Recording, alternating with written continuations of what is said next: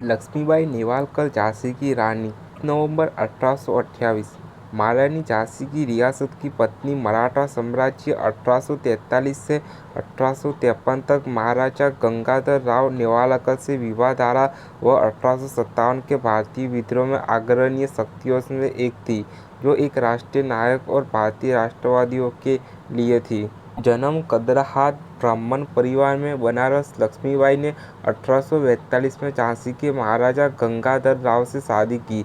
जब 1853 में महाराज की मृत्यु हो गई तो British East India Company governor general lord Dalhousie ने अपने उत्तराधिकारी के दावे को मान्यता देने से इनकार कर दिया और चुके के सिद्धांत की कमान के तहत झांसी ब्रिटिश सेना के अधीन हो गई। यूं रोज रानी घोड़े पर सवार होकर भागने में सफल रही और ग्वालियर पर कब्जा करने में विद्रोहियों के साथ शामिल हो गई, जहां उन्हें नाना साहेब पुनर्जीवित मराठा साम्राज्य के पेशवा के रूप में जून 1858 में ग्वालियर में ब्रिटिश जवाबी हमले के दौरान गंभीर रूप से घायल होने के बाद उनकी मृत्यु हो गई। रानी लक्ष्मीबाई का जन्म 19 नवंबर 1828 को हुआ था। बनारस शहर में एक घरादा ब्राह्मण परिवार में उनका नाम मणिकर्णिका ताबे रखा गया और उपनाम मनु रखा गया और उनकी माता भागीरथी स्प्रे थी। उनके माता पिता गुरुहगर तालुका के रत्नागिरी जिले महाराष्ट्र की।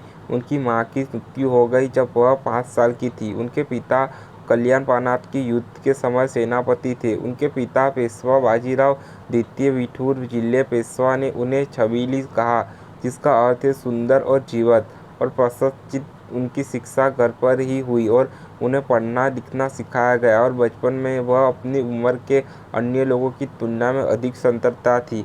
अपनी पढ़ाई में निशानेबाजी, घुड़सवारी, तलवारबाजी और मल्लखांब अपने बचपन के दोस्तों के साथ नाना साहब और तात्या तोपे। रानी लक्ष्मीबाई के कवि पितृसत्तात्मक सांस्कृतिक अपेक्षाओं की तुलना की। इस समय भारत के समाज में महिला और वह अपने अद्वितीय दृष्टिकोण और सामाजिक मानदंडों के खिलाफ लड़ने के साहस के लिए जानी जाती थी। पूरे समाज के सामने रानी लक्ष्मीबाई महल और मंदिर के बीच अंगरक्षकों के साथ घोड़े पर सवार होने की आदी थी। हालांकि कभी कभी उन्हें पालकी में ले जाया जाता था। उनके घोड़ों में से सरगी, पवन और बादल शामिल थे। इतिहासकारों के अनुसार 1858 में किले से भागते समय वह बादल पर सवार थी। उनका महल रानी महल अब एक संग्रहालय में बदल दिया गया है। इसमें 9वीं और 12वीं शताब्दी ईस्वी के बीच की आबादी के पुरातात्विक अवशेष का संग्रह है।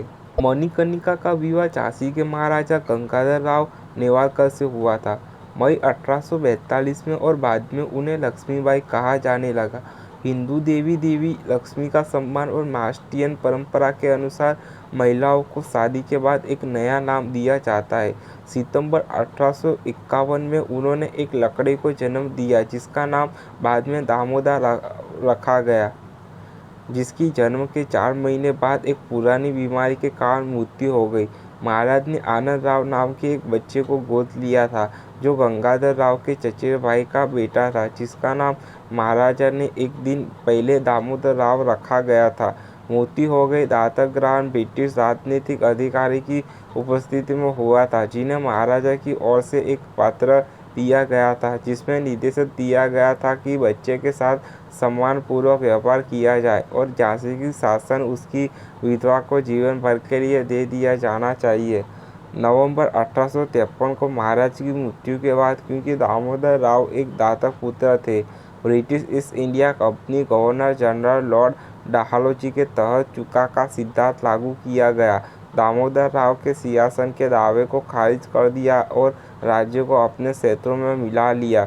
जब उसे इस बात की सूचना मिली तो वह चिल्लाई, मैं अपनी झांसी नहीं दूंगी। मार्च 1854 में रानी लक्ष्मीबाई को रुपये की वार्षिक पेंशन दी गई, 60,000 और महल और किला छोड़ने का आदेश दिया। विष्णुभट्ट गोडेस के अनुसार रानी नाश्ते से पहले भारोत्तोलन, कुश्ती और स्टीपल चेजिंग का अभ्यास करती थी। एक बुद्धिमान और सादे कपड़े पहनने वाली महिला, उसने व्यवस्थित तरीके से शासन किया।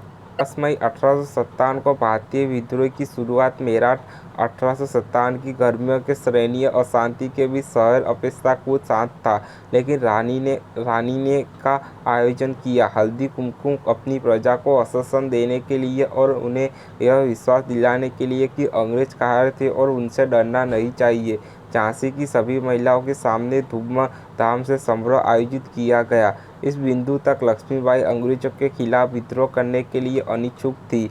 जून 1857 में 12वीं मंगल नोटिस इन्फैंट्री के विद्रोही ने झांसी के स्टार किले पर कब्जा कर लिया, जिसमें खजाना और पत्रिका थी, और अंग्रेजों को कोई नुकसान ना पहुंचाने का वादा करके उन्हें हथियार डालने के लिए मनाने के बाद उन्होंने अपना वादा तोड़ा और गैरिसन से 40 से 60 यूरोपियन अधिकारी और उनकी पत्नियां और बच्चों की हत्या कर दी। इस नरसंहार में रानी की संलिप्तता अभी भी बहस का विषय है। सेना ने एक डॉक्टर थॉमस लॉ ने विद्रोह के बाद लिखा कि उन्हें भारत की इजेबेल कहा गया है, युवा रानी जिसके सिर पर खून का राजा था। मारे गए लोगों की नरसंहार के 4 दिन बाद सिपाहियों ने रानी से बड़ी धनराशि प्राप्त करके और उस महल को उड़ा देने की धमकी देकर जहां वह रहती थी, झांसी छोड़ दी। इसके बाद शहर में अधिकार एकमात्र स्रोत के रूप में रानी ने प्रशासन के आयोजक मेजर एस्टिक को पत्र लिखकर समझाया। वे घटनाएं जिन्होंने उन्हें ऐसा करने के लिए प्रेरित किया। जुलाई को एस्टिक ने जवाब में लिखा, उसने जिले का प्रबंधन करने का अनुरोध किया गया। ब्रिटिश सरकार ब्रिटिश अधीक्षक के आने तक रानी की सेना ने विद्रोही द्वारा सिंहासन पर दावा करने का प्रयास को विफल कर दिया। एक प्रतिद्वंदी राजकुमार सदाशिव राव को पकड़ लिया गया और कैद कर लिया गया।